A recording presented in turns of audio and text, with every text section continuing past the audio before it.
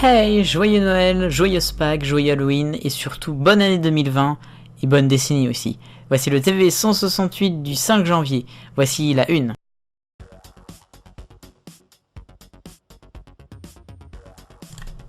Et à la une du TV 168, ça y est, on le sait, la date de fin de France O et de France 4, ça sera le dimanche 9 août prochain, date qui marquera également la fin des Jeux Olympiques d'été valides à Tokyo, au Japon. C'est bien fait les choses, hein.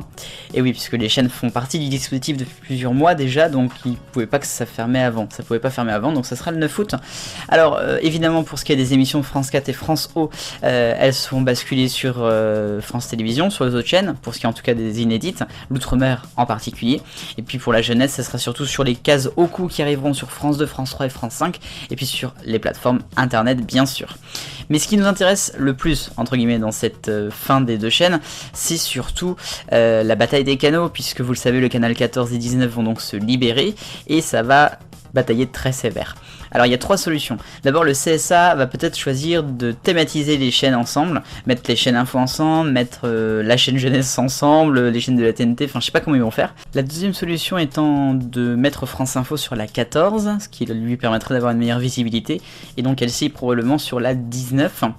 Mais moi je préfère la troisième solution, c'est-à-dire tout simplement de remonter chaque chaîne. En 14 mettre BFM TV, en 15 mettre la numéro 16, en 16 LCI et en 17 France Info. Puis on mettrait après ces stars et Gulli. Qu'est-ce que vous en pensez de ça ?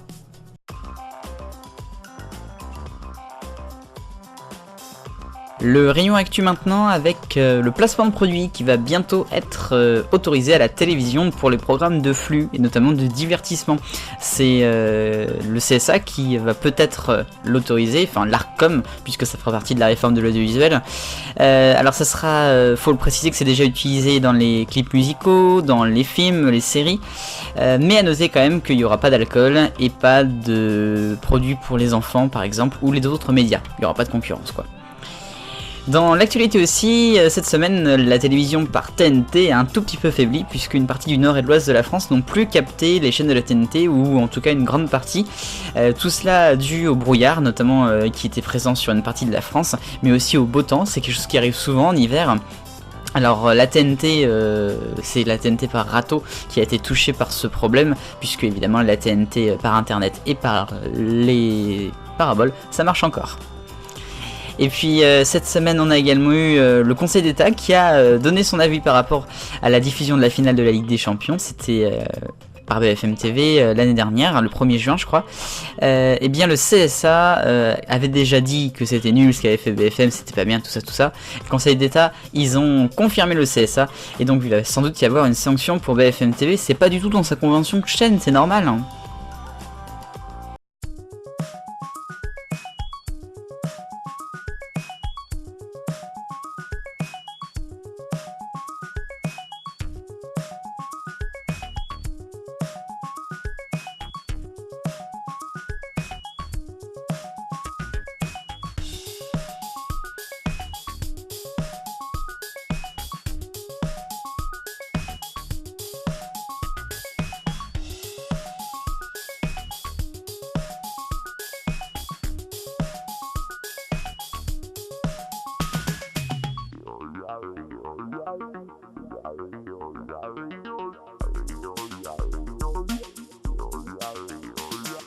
On continue l'arc-en-ciel des audiences puisque fin de 2019 oblige, on va s'intéresser aux audiences annuelles.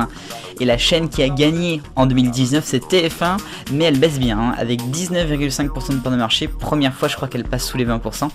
En deuxième c'est France 2 avec 13,9% de part de marché, et elle monte, hein, elle monte.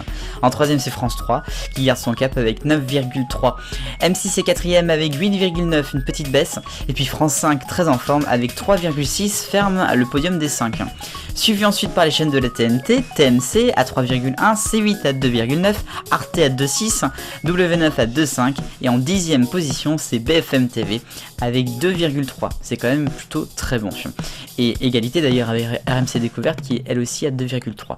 Et puis ensuite le reste des chaînes de la TNT, TFX, TF1 Série Film, Sister, France 4, Énergie 12, Gulli, L'équipe, RMC Story, Canal+, C-Star, Chérie 25, LCI, on ne sait pas qui c'est, et France Info qui ferme la marche. Le générique de la semaine, c'est une émission qui a été diffusée en prime time vendredi soir sur C8, les 20 émissions qui ont marqué les Français. Alors évidemment on retrouvera des émissions comme Qui veut gagner des millions, Le Club Dorothée, Le Big Deal, mais je vous dis pas tout le classement. Il y aura juste quelques chroniqueurs qu'on connaît pas pour discuter dedans, mais autrement on les connaît tous. Très belle émission donc que vous pouvez retrouver en replay et puis qui sera, j'en suis sûr, rediffusée régulièrement sur la chaîne. Le projet 52 d'ITV, c'était la question 168 de dimanche dernier et l'Idown gagnant pour cette année 2019, c'est l'Idown 49 de Noël avec Faith Babington, le reine de Noël. En deuxième, c'est l'Idown numéro 1 de Ravi Diffray et en troisième, à ex-aequo avec le numéro 1, c'est le numéro 52 Analomax. On termine et on commence l'année ensemble, c'est bizarre. Bref, merci à vous pour vos votes.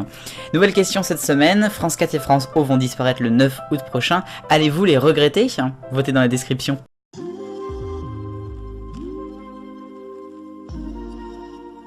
Passion à Biège maintenant, et je viens de vous dire les résultats du projet 52 d'ITV Creates pour l'année 2019. Je vous propose donc de regarder l'Idown 49 de Faith Babington qui a gagné. On se retrouvera normalement dimanche prochain pour la première semaine du projet 52 deuxième année.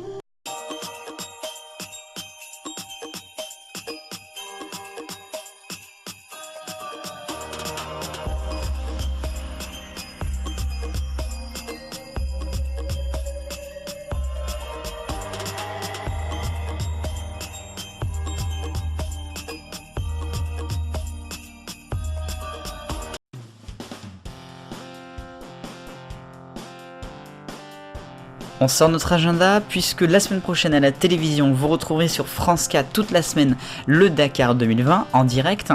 Lundi et également toute la semaine, vous retrouverez les pré-access sur TF1 et M6 ainsi que leurs access. On retrouvera notamment Incroyable Transformation sur M6 qui reviendra pour une saison 2. Et puis vendredi sur TF1 en prime time, le grand concours des animateurs de TF1 spécial Piège jaune. Et ainsi va la télévision ce dimanche 5 janvier, c'était le 132e TV 168, merci beaucoup de l'avoir regardé, je vous retrouve dimanche prochain avec beaucoup de plaisir pour un nouveau numéro. On continue à se battre cette semaine pour notre avenir, vive le bonheur, on est tous millions de copains, salut.